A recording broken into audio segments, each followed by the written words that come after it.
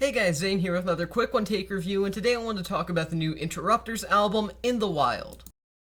In the Wild is the latest full-length studio album from ska punk revivalist band The Interrupters.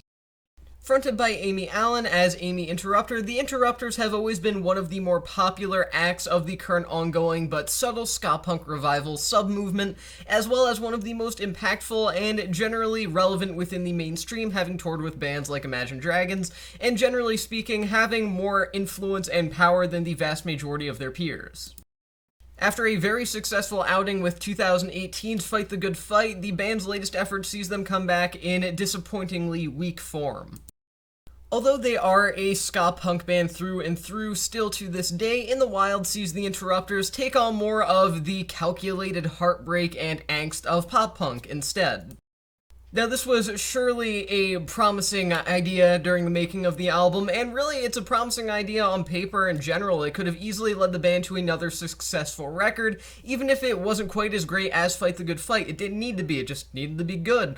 But unfortunately, their determination to create only the corniest faux anthemic choruses and predictable song progressions that you could possibly make in the current landscape of mainstream punk music is what results in the Wild being anything but memorable.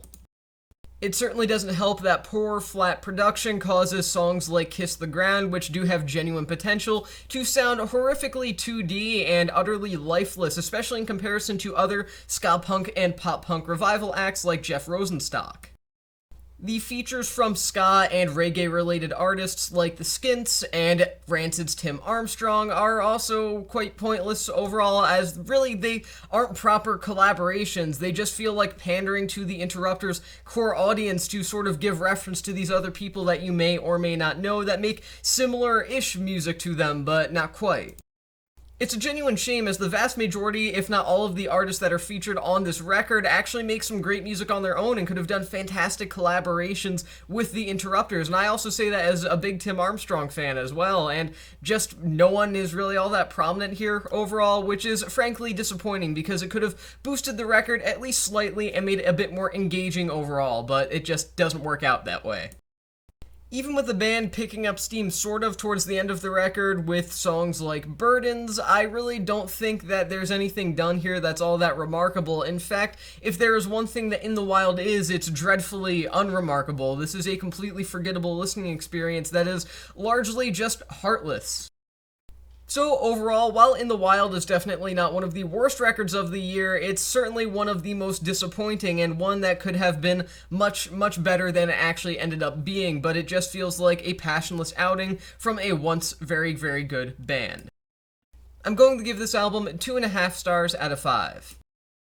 My one take on this record is that while it is listenable by definition, In the Wild is hilariously half-hearted and rarely feels like the promising up-and-comers that the Interrupters once were in the ska punk revival scene, which is truly a shame. So again, 2.5 stars out of 5, and with that being said, that is the end of this quick review, and I'll see you guys in the next one.